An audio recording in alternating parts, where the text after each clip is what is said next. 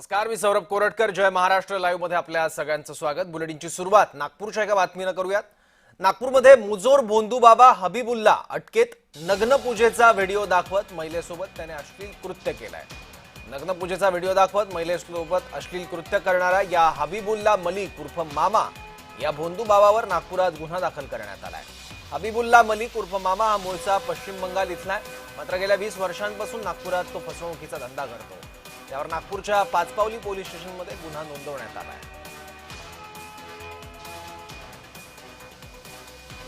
याबद्दल आणखी माहिती घेऊ. आपले प्रतिनिधी हितेश मेश्राम आता आपल्या सोबत आहेत. तर हितेश, या भोंदूबाबाच्या कामाची मोडस ऑपरेंडी कशी होती नेमकी?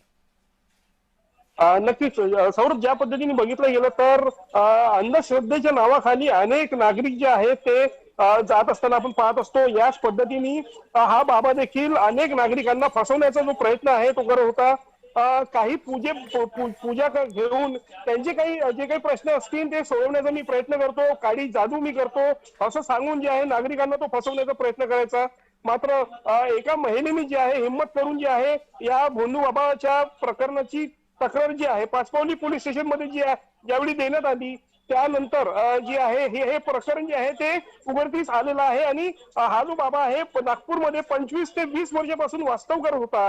या पद्धतीने जर बघितलं गेलं तर अशा पद्धतीने हा इथल्या नागरिकांना जो आहे फसवायचं काम जे आहे तो करत होता. सौरभ, ठीक आहे, धन्यवाद हितेश या माहितीबद्दल. तर नग्न पूजेचा व्हिडिओ दाखवत महिलेसोबत अश्लील कृत्य भोंदूबाबाने केले होते, तो आता अटकेत आहे.